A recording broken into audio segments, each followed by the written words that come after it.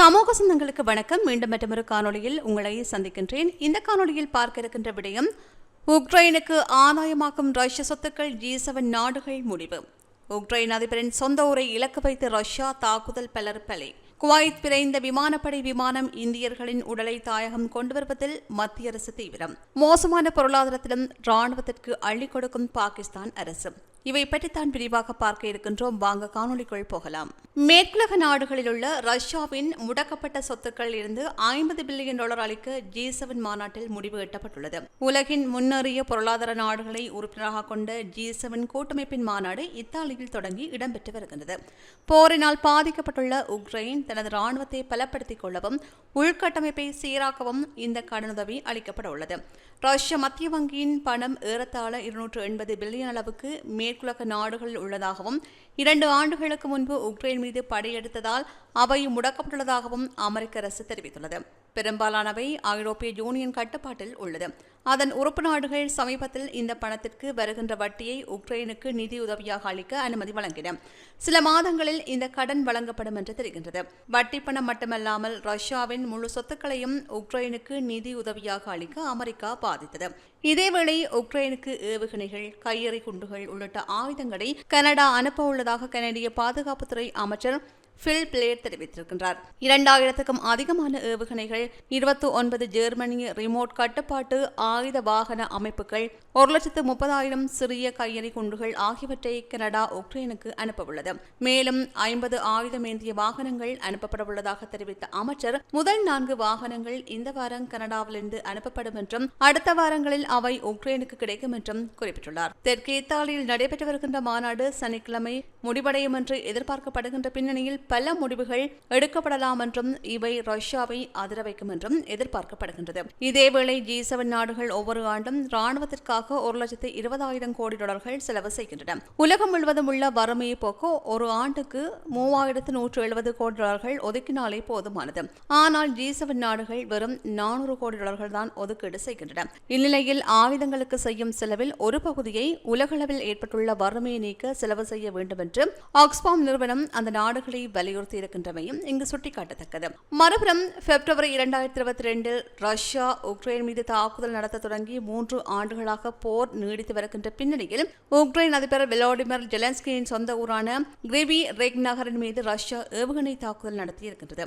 சாதாரண மக்கள் தங்கியிருந்த கட்டடத்தின் மீது இந்த தாக்குதல் நடத்தப்பட்டுள்ளதாக வெளிநாட்டு ஊடகங்கள் கூறுகின்றன. இந்த தாக்குதலில் 9 பேர் கொல்லப்பட்டிருக்கின்றார்கள் மற்றும் 29 பேர் காயமடைந்திருக்கின்றார்கள். உக்ரைன் சட்டமா அதிபர் அலுவலகம் வெளியிட்ட தகவலில், நேற்று குடியிருப்பு கட்டடம் தாக்கப்பட்டதில் காயமடைந்தவர்கள் 5 குழந்தைகளும் உள்ளதாக கூறுகின்றது. அவசரகால சேவைகள், காவல்துறை மற்றும் தன்னார்வலர்கள் தற்போது இடிபாடுகளை அகற்றி வருகின்றார்கள். சம்பவ இடத்திற்கு தேடுதல் நாய்கள் வரவழைக்கப்பட்டிருக்கின்றன. உக்ரைன் அதிபர் விளாடிமிர் ஜெலன்ஸ்கியின் சொந்த ஊரில் நடத்தப்பட்ட தாக்குதல் குறித்து ரஷ்யாவின் பாதுகாப்பு அமைச்சகம் பகிரங்கமாக கருத்து தெரிவிக்கவில்லை.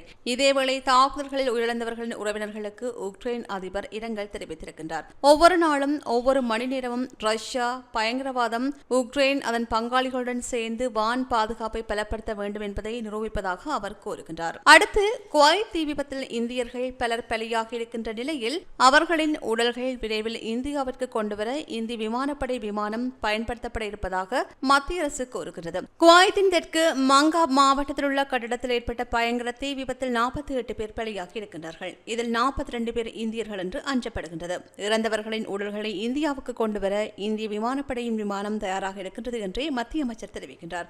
இதுகுறித்து வெளியுறவுத்துறை இணையமைச்சர் கீர்த்தி வர்தன் சிங் கூறுகையில், தீ விபத்தில் உடல்கள் அடையாளம் தெரியாத அளவிற்கு சிதைந்திருக்கின்றது. எனவே DNA பரிசோதனையில் உடல்களை அடையாளம் காண திட்டமிட்டிருக்கின்றோம். அடையாளம் காணப்பட்டவுடன் அவை உறவினர்களிடம் ஒப்படைக்கப்படும். இந்தியா விமானப்படையின் விமானம் உடல்களை கொண்டுவர தயாராக இருக்கின்றது என்று கூறுகின்றார். மங்காப் மாவட்டத்தில் இருந்த 6 மாடி கட்டத்தில் நேற்று அதிகாலை தீ விபத்து ஏற்பட்டது. சிலிண்டர் வெடித்ததன் மூலமே இந்த விபத்து ஏற்பட்டதாக முதற்கட்ட தகவல்கள் கூறுகின்றன. தீ விபத்து நிகழ்ந்த கட்டிடம் கேரளாவைச் சேர்ந்த ஆம்ரகாம் என்ற தொழிலதிபருக்கு சொந்தமானதாகும். இந்த சம்பவம் குறித்து அந்த நாட்டு காவல்துறை வழக்கு பதிவு செய்து விசாரணைகளை மேற்கொண்டிருக்கின்றது.